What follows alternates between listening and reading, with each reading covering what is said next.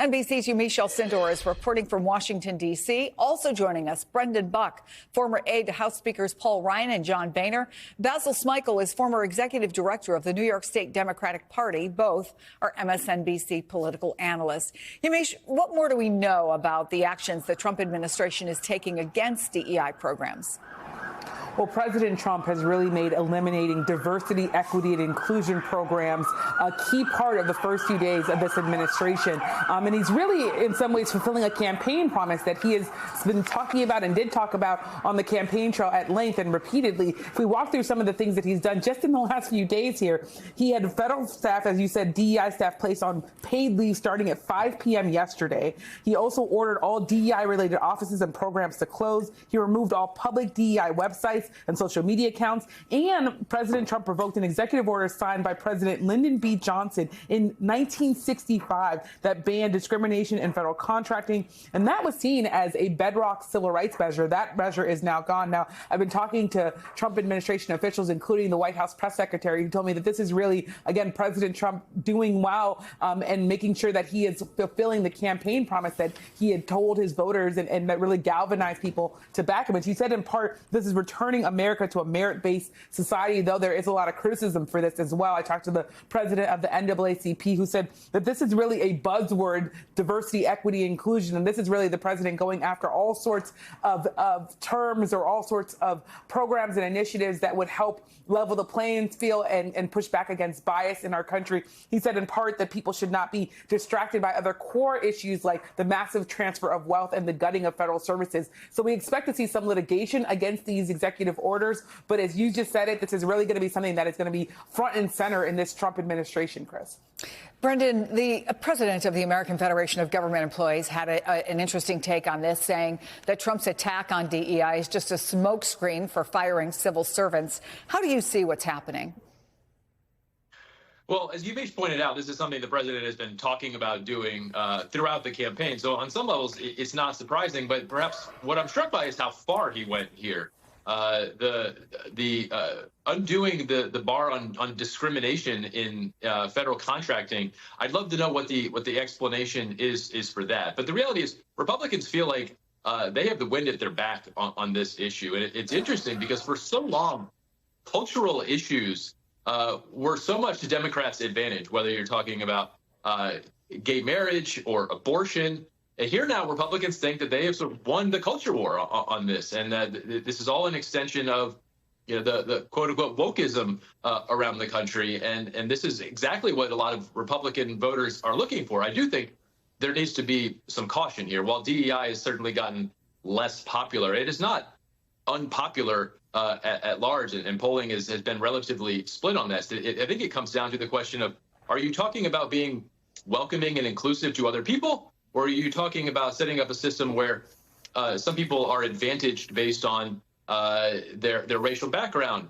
And if it's the latter, I don't think that's going to be very popular at all. It ultimately comes down to what Republicans are talking about is a merit-based system, which, of course, is a bit ironic given a number of the cabinet nominees that the president has chosen. But I think that Republicans feel like they have the upper hand on this issue, and they're going to press it. And as always, the question is how much does Donald Trump feel like he can overreach on this and whether there's any real blowback.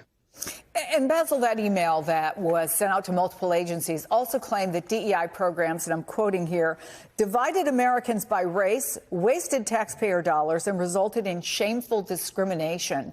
I know this is something you've researched, you've studied, you've worked on this for decades. What are the real world implications of losing diversity programs?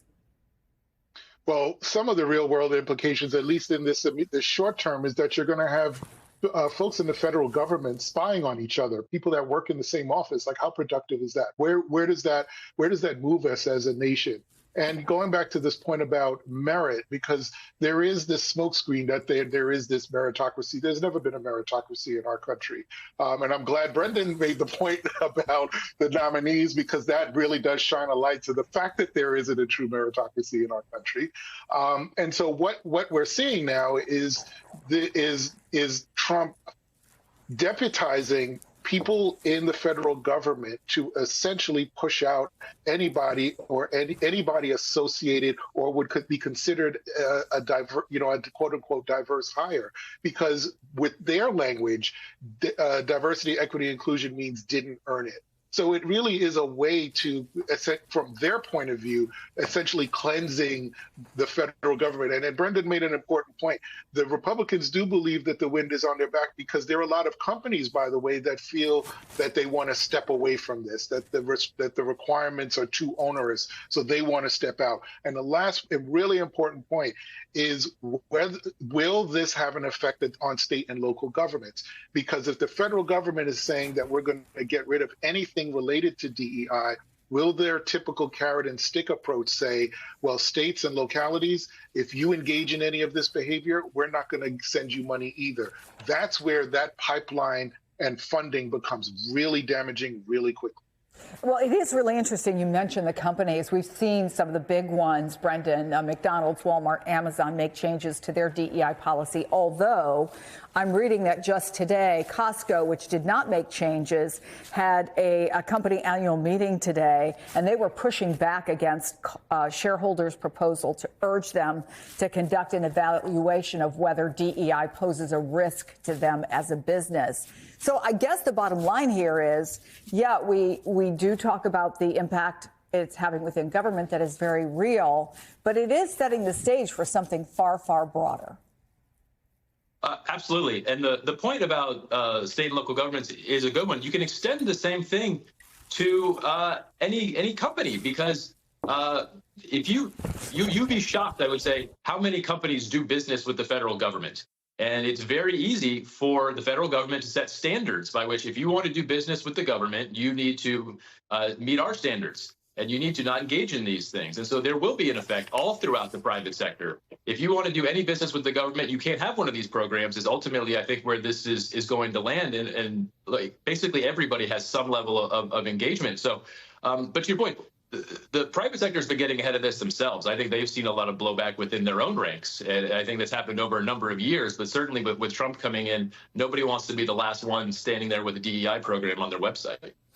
And then there's Basil, the memo that was sent to DOJ employees imposing a freeze on all action on civil rights cases. Of course, the DOJ under Merrick Garland had aggressively pursued civil rights reform in police departments. So I wonder, what's the message on all of the change we see, especially in the wake of the George Floyd murder? Well, it's amazing that you asked that question, as I teach a class on police reform on Monday. That when you look at anything related to how government interacts with the public, the point is that your diversity is not welcome, that your interests are not welcome. And that is really the message that voters are getting. It is true that Trump talked about this. He signaled that he would do it, and now it's coming to fruition. But what that means in real time is that people who have worked and found ways to political and economic power through programs, through policies that go back at least as far as 1965, that all of that is gone. So it's a way of sort of isolating a whole group of people. And by the way, a lot of those are women, particularly white women, who are one of the biggest constituencies of small business owners. That when you think about DEI and MWBE programs, a lot of people are going to be affected at every level of government. And this is really a way, as I said, of isolating a group of people and keeping them from a path of political and economic empowerment.